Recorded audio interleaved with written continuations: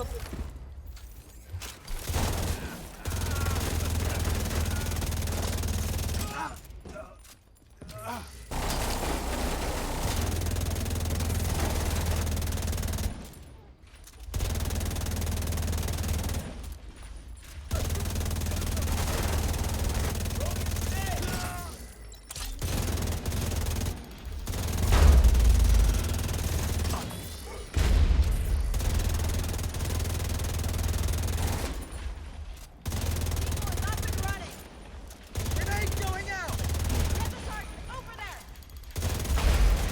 System malfunctioning.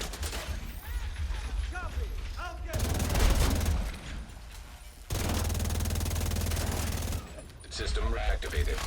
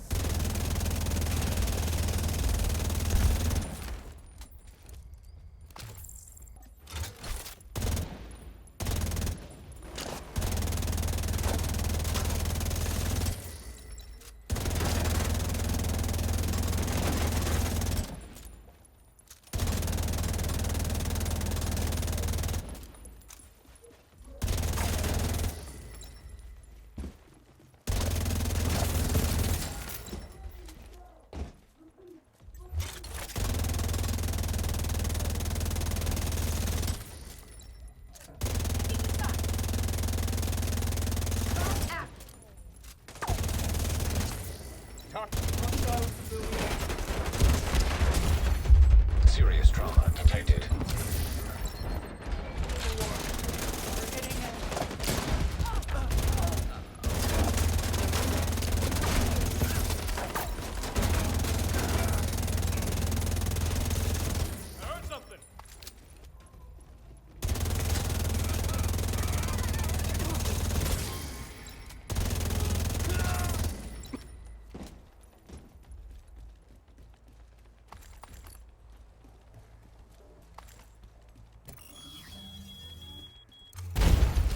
Vital signs critical.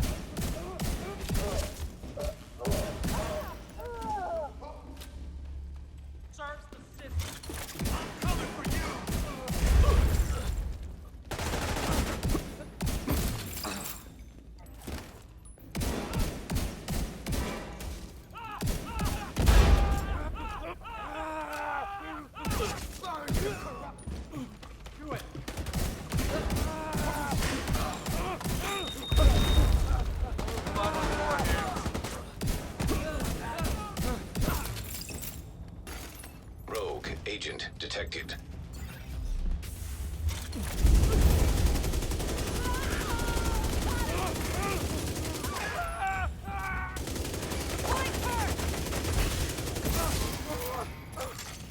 Hostile assault turret detected.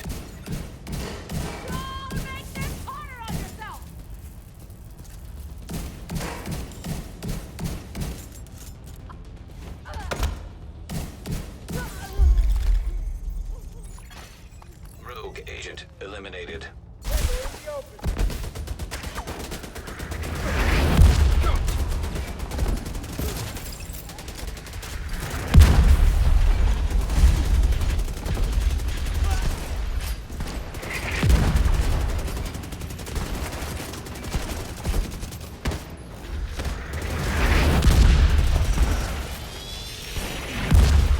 System curtailed.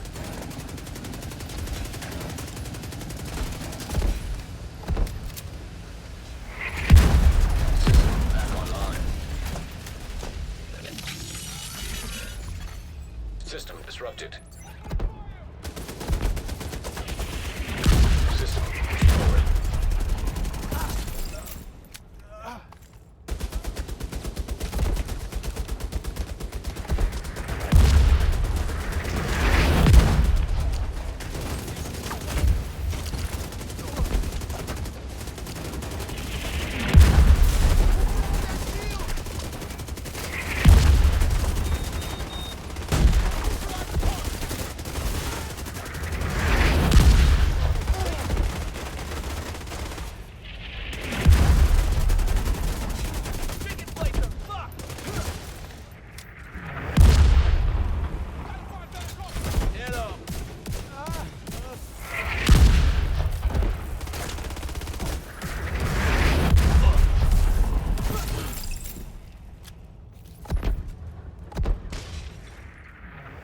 What's up guys, Wolf here.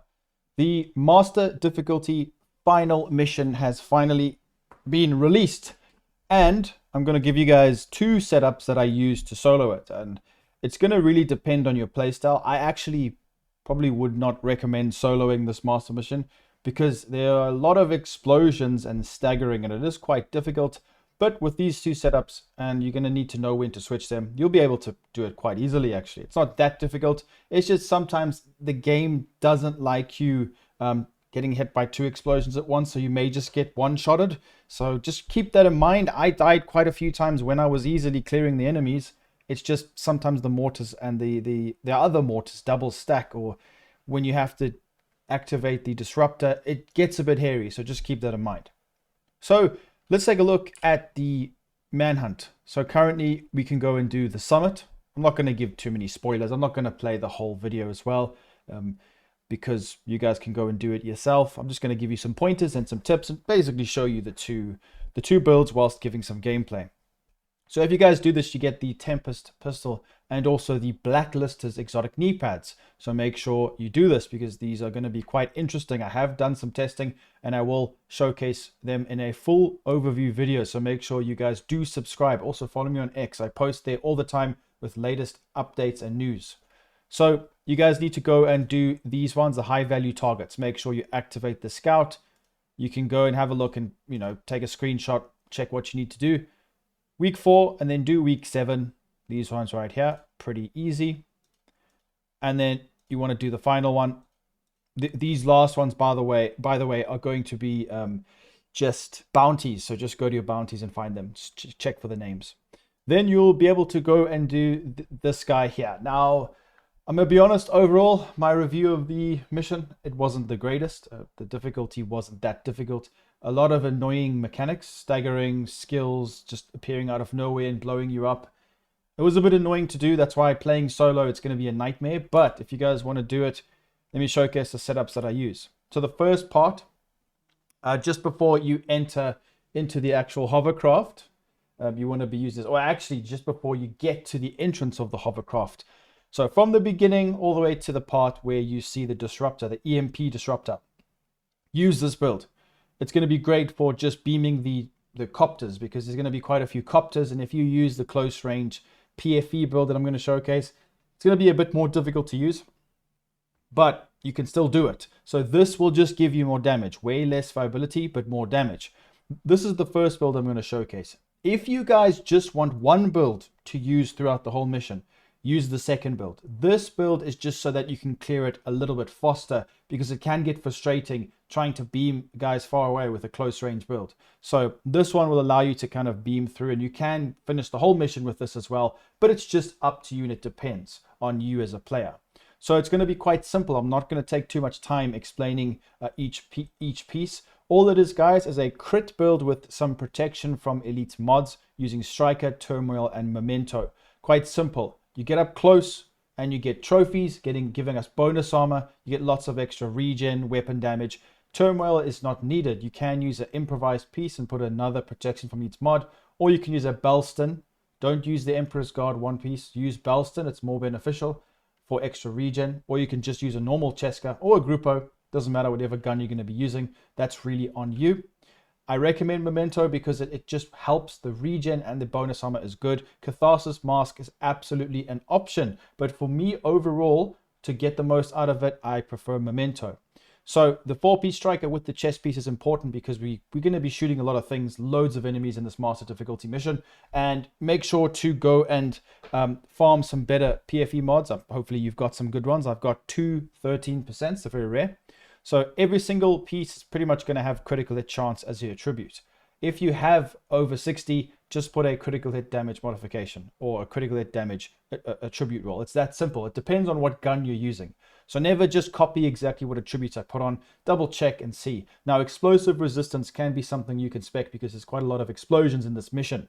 So that's on you. But the problem is you still get damaged a lot, even with explosive resistance, especially by the last part, trying to play that solo.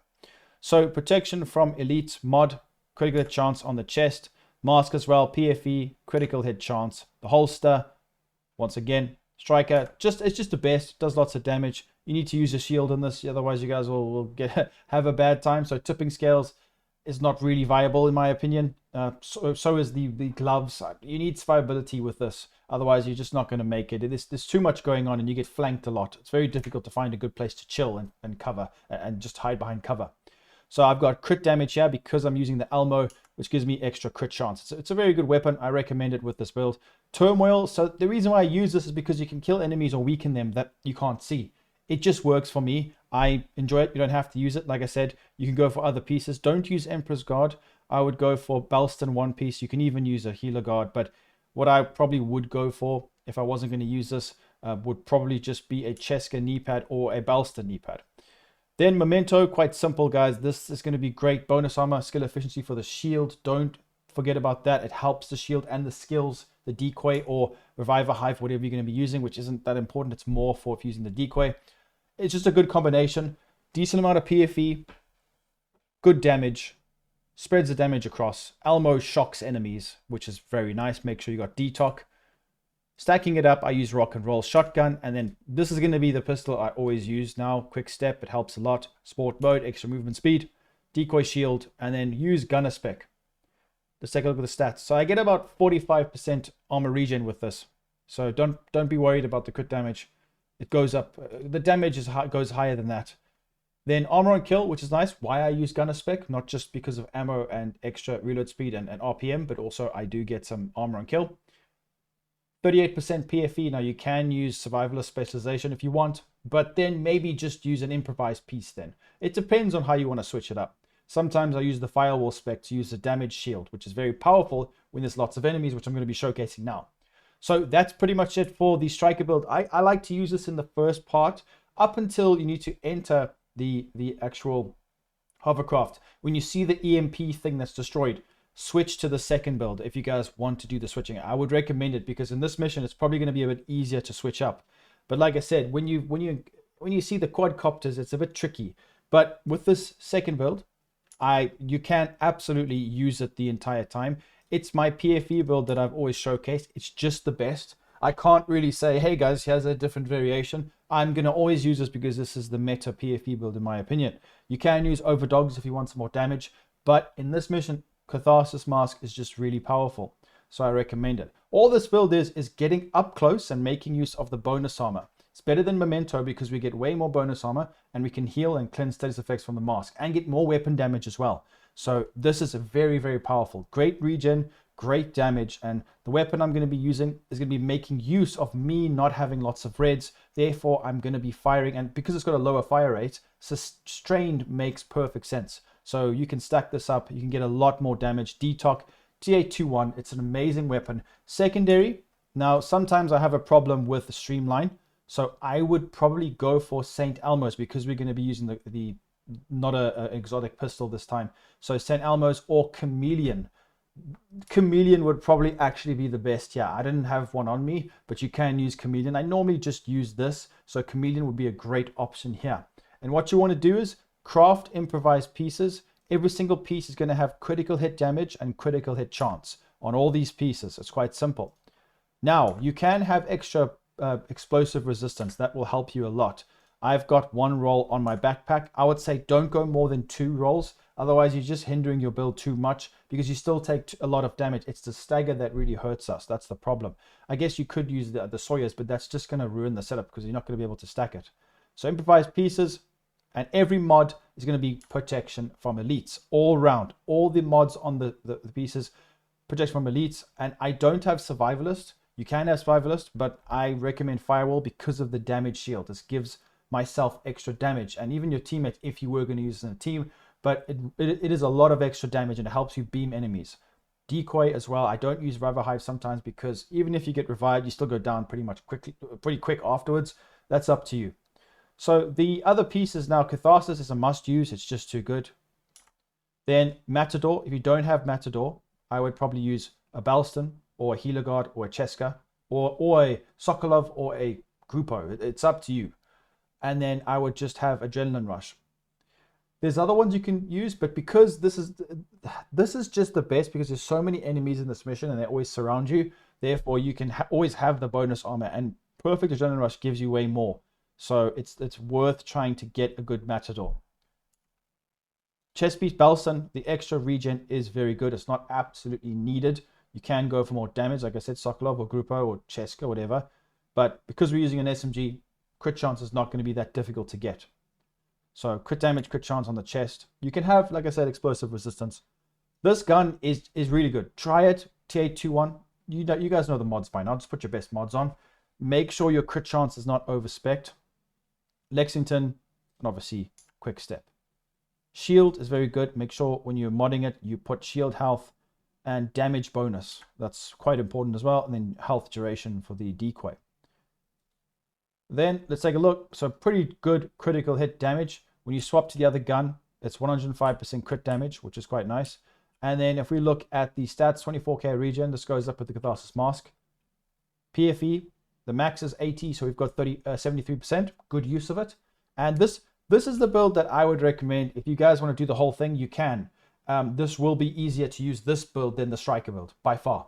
The Striker is just in case you don't want to take too long and you're okay kiting to shoot things and doing more damage. Because obviously that build would do way more damage. You can do 1,000,000 damage a shot with this gun though. This setup is beast up close. The only enemies, like I said, are the quadcopters, which are annoying.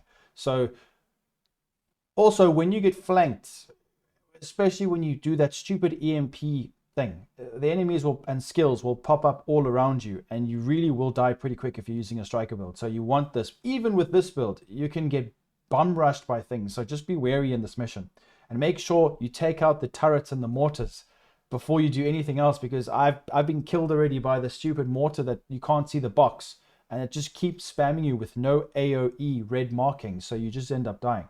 So let me just quickly recap. Use the Striker build the whole way if you want, but I recommend, what I did was I use it for the first part to kill the quadcopters. So I would swap to when there's quadcopters. I can't remember exactly when it is, but just put it on when you guys feel like you're going to be in the open air. But this build can do the whole mission. The Striker build, you're going to struggle. It will be very difficult, but with this setup, you can absolutely do the whole mission from back to front, from front to back, start to end, should I say. It's just that you're going to be doing a little bit of less damage with the quadcopters, but you'll survive quite a lot. Just be wary that even with all this PFE, the boss will do quite a bit of damage, and at the end, his turret will do some damage, and then the explosions, it's more the stagger, but they do chunk quite a lot of damage, a lot of armor from you. So the globe modifiers, I recommend these. Now, I don't even have all the damage bonuses because I reset my control points to do it. So I actually went for sanitation with this, and then go for the other one. Which one is it here? Again, go for this one when you're using the Striker. Sanitation for this PFE. The reason why is because we do enough damage with this build up close, and you just end up taking away all your armor, then you're susceptible to dying. So you can use this one for every combination, but sanitation works well with this build, so I would recommend it. And then make sure you have these ones. And when you see assault enemies with a single chevron, kill them, headshots, and then you get hollow point ammo, which helps a lot. So I recommend turning globe mods on. You don't have to, but it'll work well. So that's it for the builds, guys. Let me know what you think. Are you going to actually solo the master difficulty mission? It's not very difficult, especially in a team. So do it first in a team. Get the knee pads, and I will be showcasing some vids on that later on. Then maybe if you want to challenge, give it a try playing solo. So that'll be it for the video, guys. Make sure to leave a like, subscribe, and I'll see you in the next one. Peace out.